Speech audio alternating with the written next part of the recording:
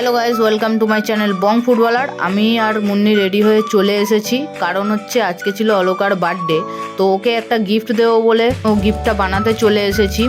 আর guys তোমরা দেখো যে কি গিফট দিই। তো তারপরে গিফটটাকে প্যাকিং করালাম, প্যাকিং করিয়ে তারপরে এই যে সবাই চলে এসেছে, ওর বাড়ির কাছাকাছিই আছি। তো সবাই এদিকে চলে এসেছে কেক আর গিফট নিয়ে। আর এই যে আমাদের বিদেশিকে দেখো, এখন আমরা চলে এসেছি গিফট নিয়ে। ঠিক আছে, এবারে হচ্ছে ওকে ডাকবো। আরে আমরা অ্যালেক্সই তো ডাকতাম।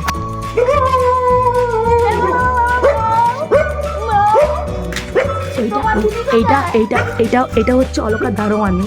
আওয়াজ দিয়ে দিই, তোমার দিদিকে ডাকো অ্যালেক্স।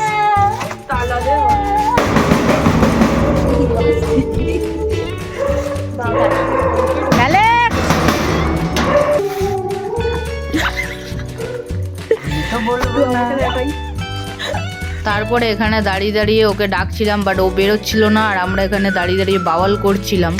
তো আমাদের পুরো মানে সারপ্রাইজটা পুরো বেকার হয়ে গেছে।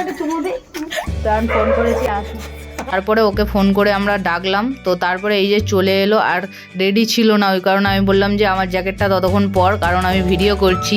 তো হাসছিল, আমরা সবাই মিলে ইয়ার্কি মারছিলাম, আর বন্ধুরা একসাথে থাকলে যা হয়। তো আমাদের এই গ্রুপটা যেহেতু অনেক দিন, 12 বছর প্রায় কমপ্লিট হয়ে গেছে। আর গাইজ তোমাদেরও কাদের এরকম ফ্রেন্ডশিপের গ্রুপ আছে তোমরা অবশ্যই কমেন্ট বক্সে কমেন্ট করে জানাতে পারো। আর হচ্ছে গাইজ এই যে কেক চলে এসেছে, সব কটা কেক এখন কাটবেও। তো চলো, happy birthday to you Aloka. তো ততক্ষণ কেক কাটুক এক করে, আর তোমাদেরকে সবাইকে দেখিয়ে দিই। আর আমার হাতে দিয়েছে কাকুর টর্চ লাইটটা, আমি ফ্ল্যাশ লাইট বলে ইউজ করেছি। এদিকে দেখো সবাই ফটো তুলছে আর ভিডিও করছে। আর জন্মদিনে নিজেকে সেলিব্রিটি মনে হয়, কারণ যার জন্মদিন তার দিকে সব ক্যামেরাগুলো থাকে। আর এই যে কাকুকে এখন কেক খাওয়াচ্ছে, তারপরে কেক খাওয়ানোর পর্ব কমপ্লিট করে স্নো স্প্রেটা নিয়ে ওকে দাঁড় করে দিয়েছে, দিয়ে ওকে পুরো মমির মতো সাজাচ্ছে। আর অনুদি খুব মজা পাচ্ছিল এটা করতে, ওই কারণে ঘুরে ঘুরে আরও সাজাচ্ছে। আর তারপরে বলে দাঁড়া গোপ বানিয়ে দিই, বলে গোপ বানিয়ে দিচ্ছিল। আর আমিও একটু মুছ বানানোর জন্য একটু হাত লাগাচ্ছিলাম। তো তারপরে দেখো আরও হচ্ছে ওকে ছাড়ছে না। তো তারপরে বললো গোপ বানিয়েও ওর পোষায়নি, তাও হচ্ছে ও দাড়ি বানাচ্ছে। তো খুব মজা পাচ্ছিল, তো ওই কারণে আমি ভাবলাম আমি ওর হাত থেকে নিয়ে ওকে একটু মাখিয়ে দিই।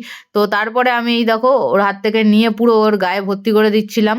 তো ও ওটা নিয়ে লাস্টে কি করলো, আমার হাত থেকে ওটা নিয়ে উল্টে আমার গায়ে ভর্তি করে দিল, পুরো রিভেঞ্জ নিয়ে নিল আমার ওপর, আমি যেহেতু ওকে দিয়েছি।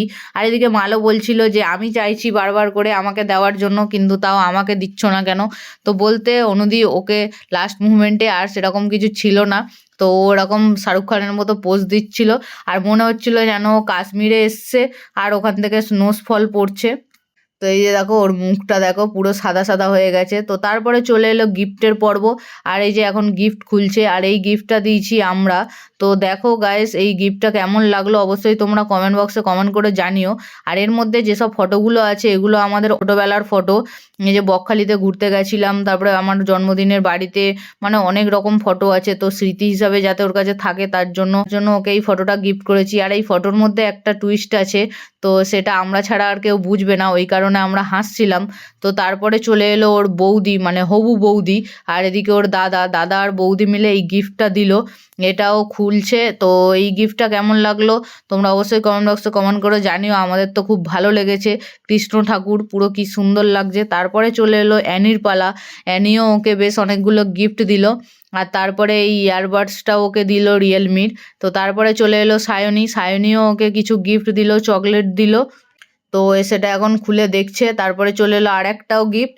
তো সব গিফট পর্ব কমপ্লিট করে আমরা এবার খাওয়া দাওয়ার পর্বে চলে এলাম, যেহেতু 11টার কাছাকাছি বেজে গেছিলো, বাড়িতে আসতে হবে।